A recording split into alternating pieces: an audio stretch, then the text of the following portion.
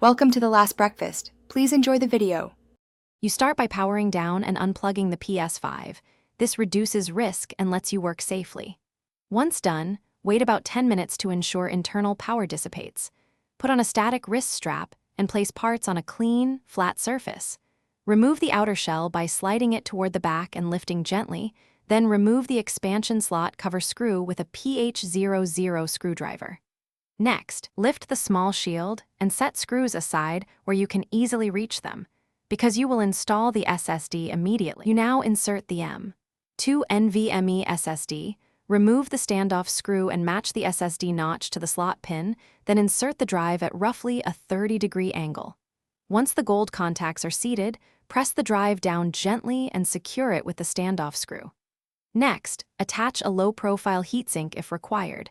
Make sure any thermal pad is making even contact.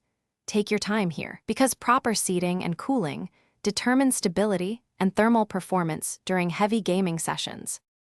You finish by replacing the expansion cover and tightening the screw, then realign and snap the outer shell back into position. Reconnect power and boot the PS5.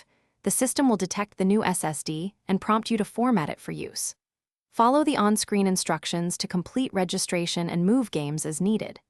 If the console does not recognize the drive, power down, reseat the SSD, verify the standoff matches the SSD length, and make sure your PS5 firmware is up to date before trying again. Thanks for watching. If this was helpful, leave a like and consider subscribing. See you next time.